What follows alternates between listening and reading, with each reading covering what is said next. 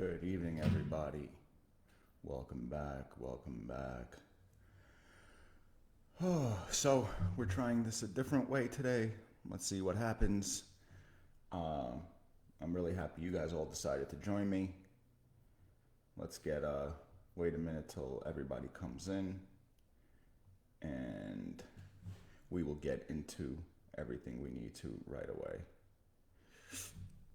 So it is about 7:33 on Wednesday evening, August the 19th, 2020. And this is My Political Truth, and my name is Jerry Tomchinsky, and I want to welcome everybody to another night and another conversation, and just more and more nonsense coming out on a daily basis. It is unbelievable what goes on and the kind of stuff that comes out. People are slowly joining the room, and I don't like to keep you guys waiting, so let's just get right into it. One of the biggest, I guess, stories or controversies to come out of this Democratic National Convention, which in and of itself is a disaster to watch. It is a complete and utter disaster. Hi, Mom, Dad, babe, how are you? Welcome. Um, it is it's got to be one of the most awkward things I have seen and continue to see to date. I mean, yesterday, just at the moment that they were announcing Joe Biden, that they gave his nomination, they cut over to some guy. Nobody knows who this guy is. I promise you. No, you don't know who he is. I don't know who he is. And he stood there staring at the camera for a solid 20 to 25 seconds. Like he didn't know what was going on. And nobody else producing the event knew what was going on until, I guess, you heard it in the background. Somebody whispered in his ear, well, you need to start talking. And he started talking. But there's going to be stories like that. There's still 3 more nights, including tonight, to this convention. And there's going to be a lot more stories, a lot more vitriol, a lot more hatred coming out of it there. You got, I think Obama is speaking tonight. And I don't know. You can imagine the hatred he's going to come at for the big bad orange man. So this huge deal is being made, and rightfully so, by Michelle Obama skipping mentioning Kamala Harris when she gave her speech the other day. You follow that? So what they're claiming is, well, first of all, Michelle Obama comes on and just one thing after another is a complete and utter lie and completely misleading the uneducated people that support the Obamas and support the Democratic Party. It's completely unacceptable and disgusting that this even happens. But everything that she said was a complete lie. How President Trump isn't the president that we need. He's the exact president that this country needs right now. The exact president. He doesn't care what one side nor the other says about him, right? So they're making this big deal about Michelle not mentioning Kamala. This is Fox making a big deal about it. And CNN and MSNBC are really not trying to get into it too much because I really think there's a lot more to this than they're letting on. You guys remember a few years back when Obama was still president, he announced Kamala Harris somewhere, and he referred to her as the best looking attorney general in the country or something to that effect. And then they panned over to Michelle, and she was not looking happy. And then a little short while after, there was some kind of a function where the cameras caught Barack, grinding with Kamala Harris on the dance floor, dancing with her in a provocative way. And once again, it panned over to Michelle, and she was livid. I promise you, their excuse is that when Michelle recorded this speech, Joe didn't decide yet who his running mate was going to be. Do you guys really think that the Obamas aren't the first ones to know that Kamala was going to be the running mate for Joe? Seriously? Listen, the Obama crime family and the Clinton crime family have the last word and the last say in everything that goes on in DC on the left side. So the fact that they're even saying that Michelle didn't know that Joe was picking Kamala when she recorded the speech is a complete and utter lie. But that's just the cherry on top of the sundae of lies that they provided yesterday. They knew, Michelle absolutely knew who the running mate was going to be. She snubbed her on purpose. I guarantee you the conversation went something like this. All right, Michelle, so when you give the speech, you're going to have to endorse Joe and Kamala. I'm not endorsing Kamala because of blah, blah, blah, this, that, and the third. And obviously, the DNC would much rather have an Obama speaking than not speaking. So they agreed. And like they do, they bowed to everything the Obamas say. This should be considered Obama privilege now. It's not white privilege. It's not black privilege. It's just Obama privilege. If you're Obama or you follow Obama, you get privilege, and you're then and only then are you not considered a racist or a this or that or a white supremacist. Or please, the entire Democratic Party needs to be put on a ship and sunken like the Titanic, and we need to start over with that party. We need to start over with that entire party. I honestly, I've had enough of the Democrats. Everything that they do is a detriment to the American people. Everything that they do hurts us. So when the negotiations stalled last week, right, between President Trump's representative, Steve Mnuchin, and President Trump's cabinet chief of staff, the negotiations about the stimulus package and the care package and extend again in $2 trillion or $3 trillion or $25 billion for all the garbage money that they want to put where it does not belong. All right, remember that it's money that the Democrats want. They're going to put that has absolutely nothing to do with this pandemic. Understand that. So Pelosi decides to call an end to session, because being the Speaker of the House, she's in charge of what goes on there. So she ended the session, right? They can't be bothered to stay in DC and negotiate all night if they have to for the American people and to come up with an agreement for a new stimulus package and new stimulus checks and more help for the unemployed and more help for the employed and get something going. So instead of doing that, she sends them all home. And now when they want to perpetuate another lie, another hoax, another misnomer against President Trump and his campaign, only now is she recalling Congress into session. Now they got to come for an emergency session to have a hearing with DeJoy, the Postmaster General, the acting Postmaster General that President Trump put in that position, because they're trying to make another hoax, a complete something out of a complete nothing. A complete nothing. Listen, this imbecile, James Clyburn, was on MSNBC, and they asked him to comment on the U.S. Postal Service reporting that they lost $2.2 billion last quarter. Clyburn says that the U.S. Postal Service isn't losing money. He said they're not losing money. They said to him, it was just reported that the U.S. Postal Service reported a $2.2 billion loss in the last quarter. He said, quote, the U.S. Postal Service isn't losing money, and that everything the government is involved with does not need to turn a profit.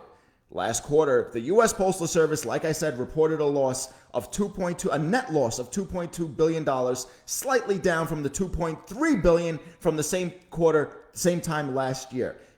Clyburn continues to say, and I quote, "It's not a business, it's a service, and this whole notion that we have to get rid of the post office because it's losing money, the post office isn't losing money. You're paying for a service to keep the country together."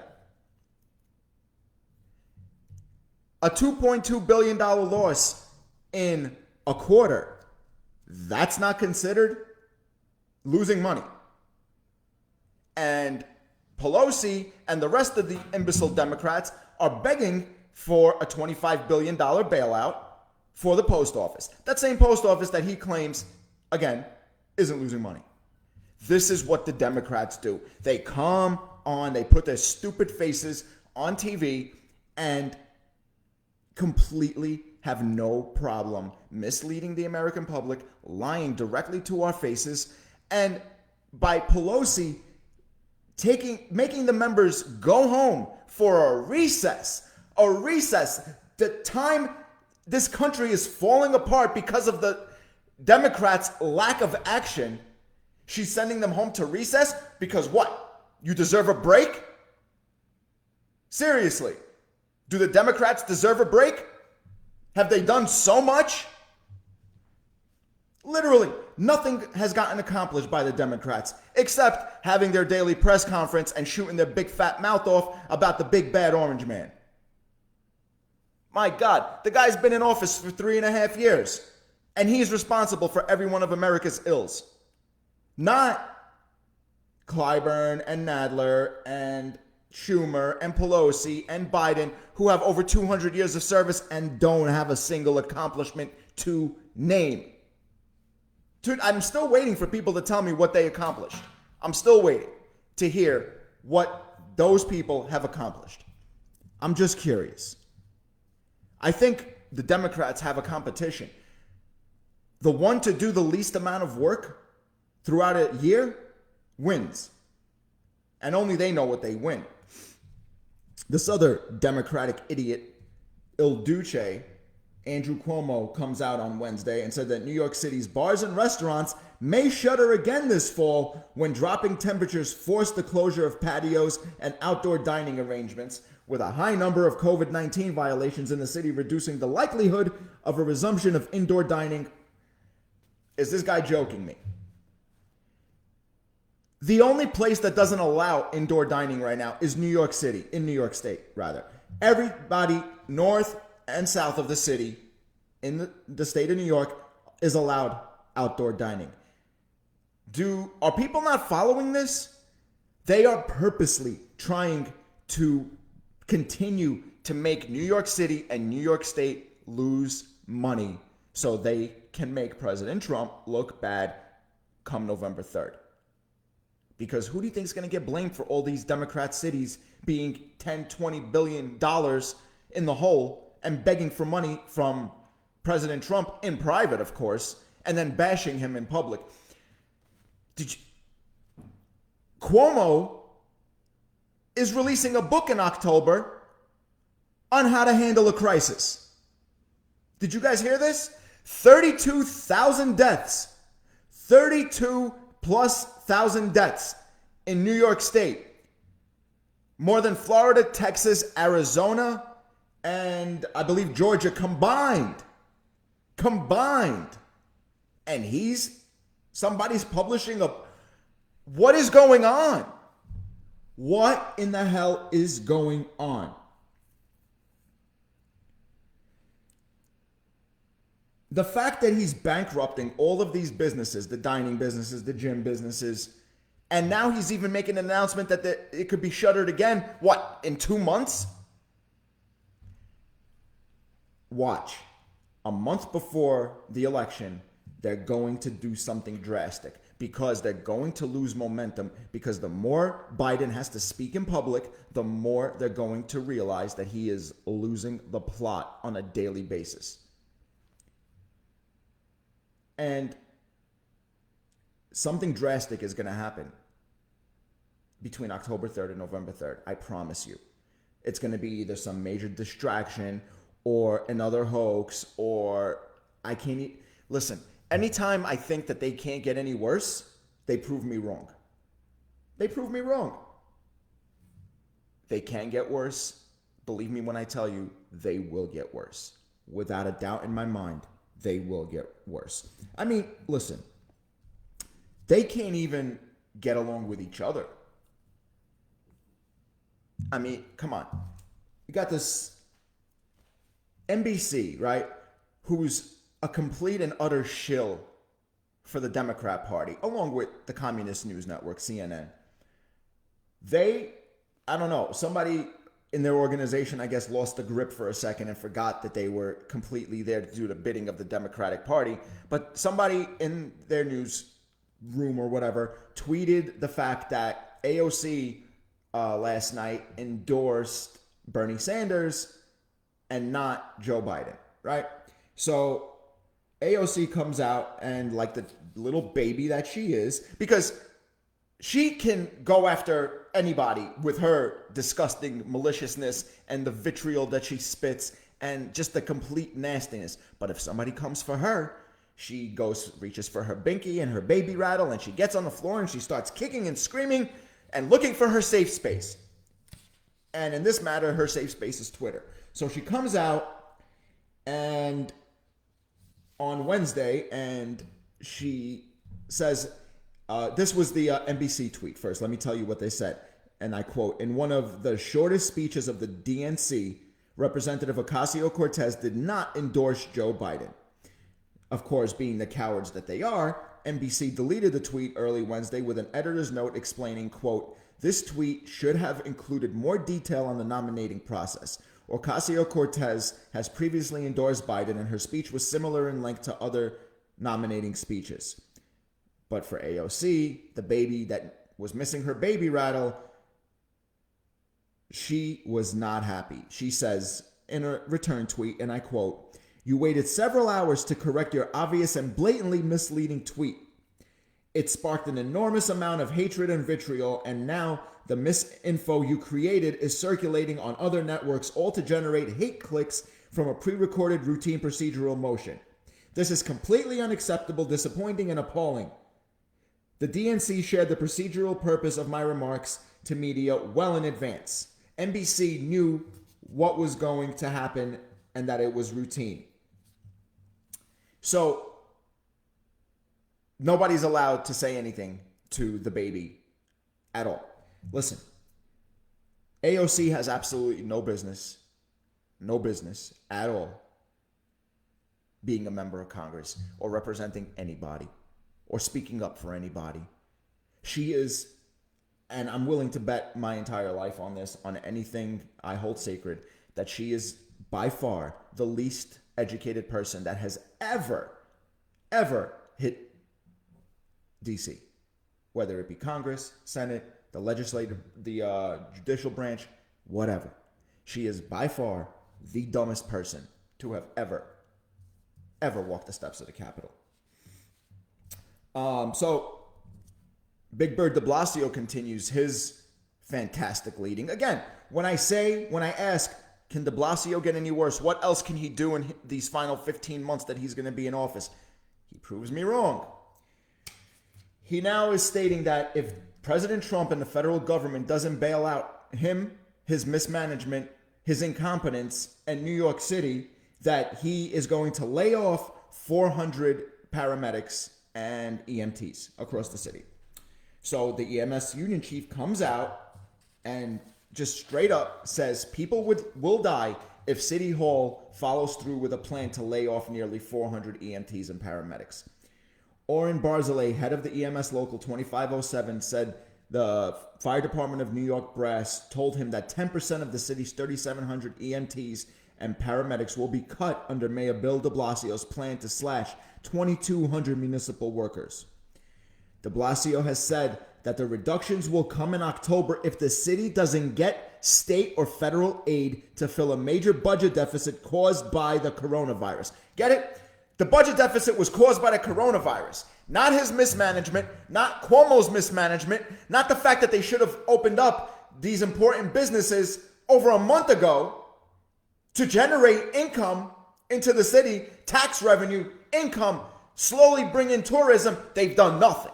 And now they're going to President Trump and making extortion-like and threatening demands.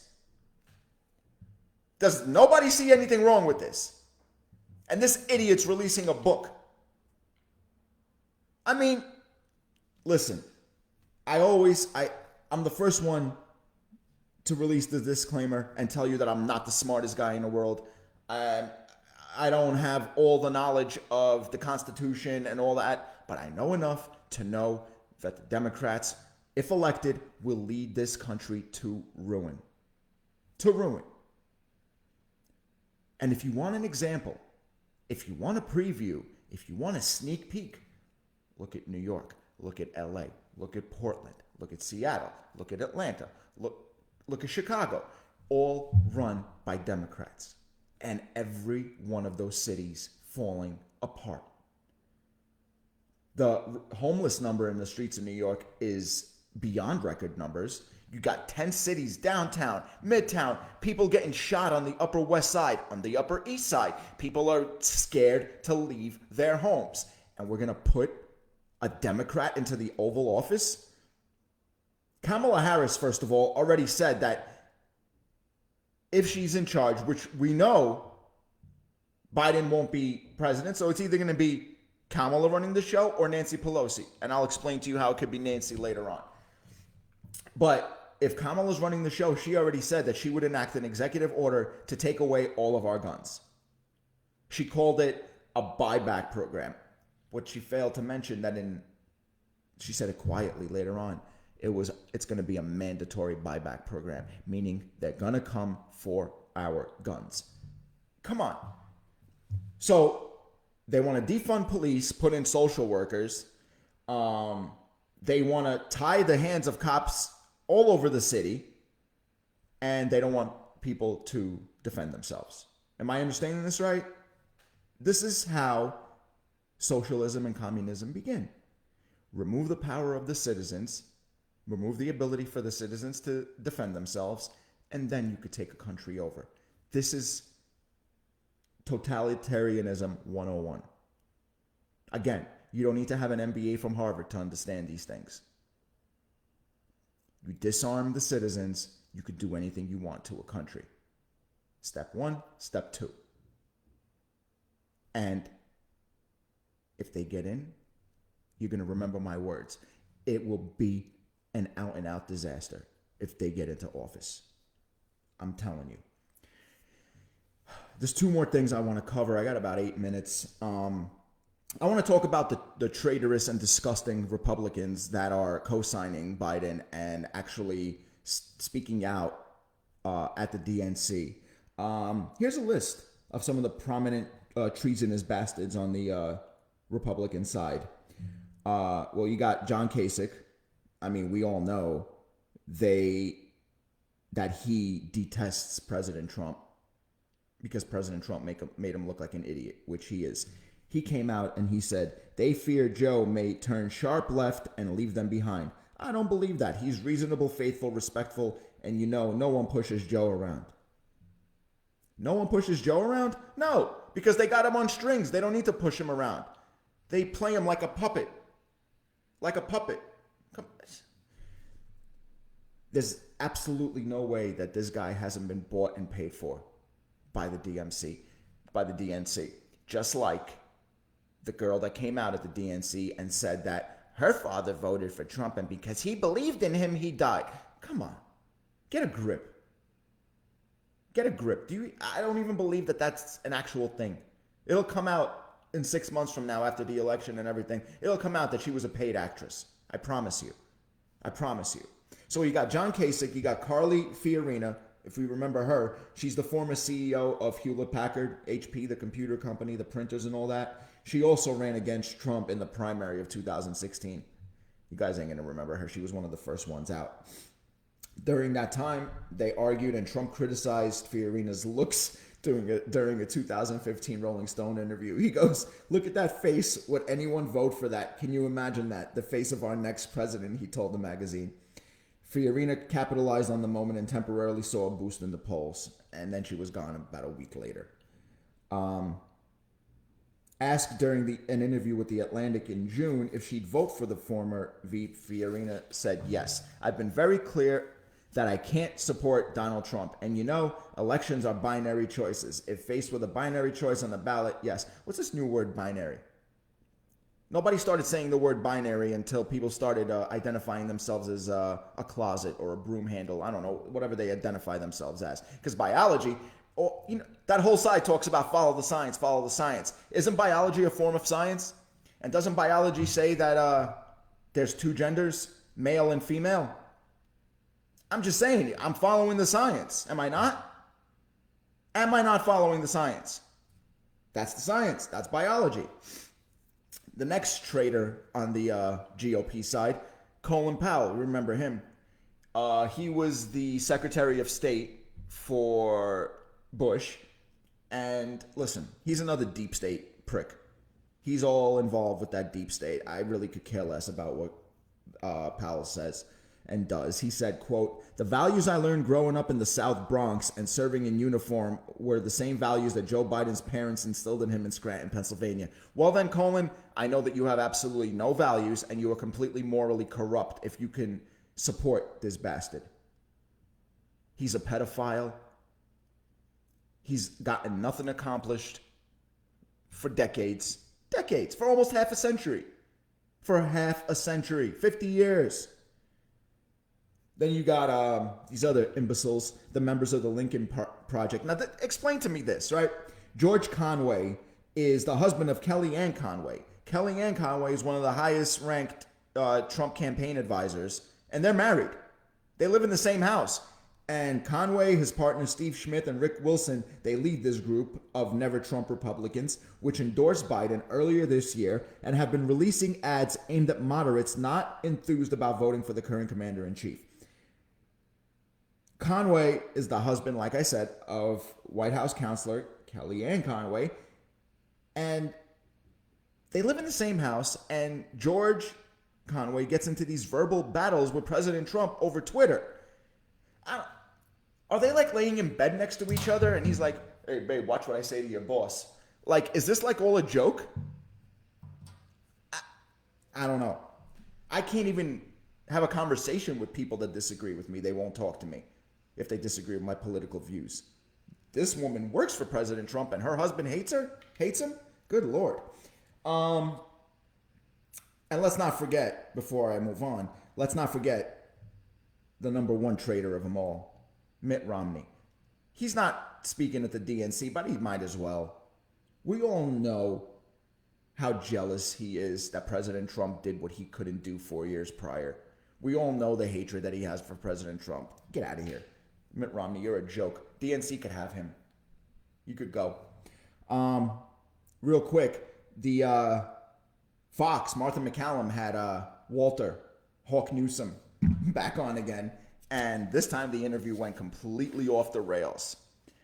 So Martha McCallum was asking him about the looting and, the rioting going on coast to coast. And throughout the entire interview, Newsom was very defiant and he refused to answer a lot of her questions. What's up, Lucy? Welcome. Hey, Sherry. Sorry, I didn't say hello earlier. So the segment started out with Martha McCallum playing a clip of BLM organizer Ariel Atkins in Chicago saying that looting is a form of reparations. "I don't care if somebody decides to loot a Gucci or a Macy's," she said, "or a Nike, because that makes sure that person eats. That makes sure that the person has clothes. That's reparations. That is reparations," she said. "No, Ariel, that's stealing. Pretty sure your mom's never taught you that, right?" So Martha proceeds to ask Walter, "Do you agree with Ariel Atkins on that?" He said, quote, "Well, so we are moving on past Rudy Giuliani and we're moving into looting and a form of reparation," Newsom replied as he refused to answer the question. "Let's be very careful, and I appreciate if you let me speak. Let's be very careful. The problem with oppression and white supremacy," again, there's that term, white supremacy. "White supremacy will have you criticizing the oppressed and worshiping the oppressors." Now, so you're worshiping your own oppressors by sucking off the DNC. I'll tell you that right now. So now if you want to talk to me about reparations, nothing falls short of a solution other than people cutting a check. If you want to do something about reparations, cut the check. You're not getting a check, Walter. You're going to keep living with your mom until you die. Understand that. And we're not talking about going in everyday Americans' pockets. We are talking about banks who benefited from slavery, other insurance companies that sold insurance policies on. Then Martha comes back with, I asked you a question in fairness. I listened to you and now I want you to answer my questions. Listen to me, sir. I asked you a question. Do you think? And he cuts her off and says, I'm telling you. That's what I'm telling you. And then, do you agree it's okay to go in and break the windows of Gucci or Macy's or Nike because it makes sure that person eats and that person has clothes? McCallum asked him. Again, that was my question to you. Is that ethically okay to you? Is it? Newsom refused to answer again.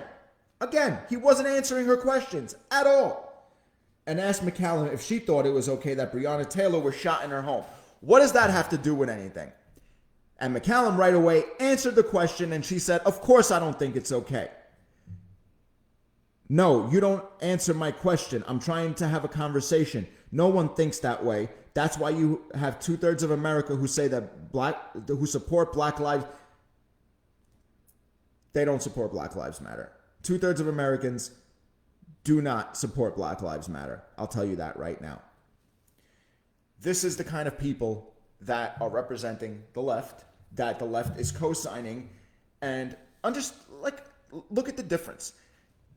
The NRA and the National Police Unions of America supported President Trump, endorsed President Trump, officially endorsed President Trump. Who has Joe Biden been endorsed by? BLM, Antifa. We know what's going to happen. People know what's going to happen. All right, guys, thank you for joining me like every night. I'm going to end this off with a quote, and this comes from John F. Kennedy. This one is short and sweet. JFK says, and I quote, every accomplishment starts with a decision to try. Thank you, guys. Have a great night. Join me tomorrow. I'm sure I'll be talking more about the DNC because they can't go a single night without some kind of controversy. So I'll see you guys back here tomorrow, 7:30. Have a good night. Love you guys.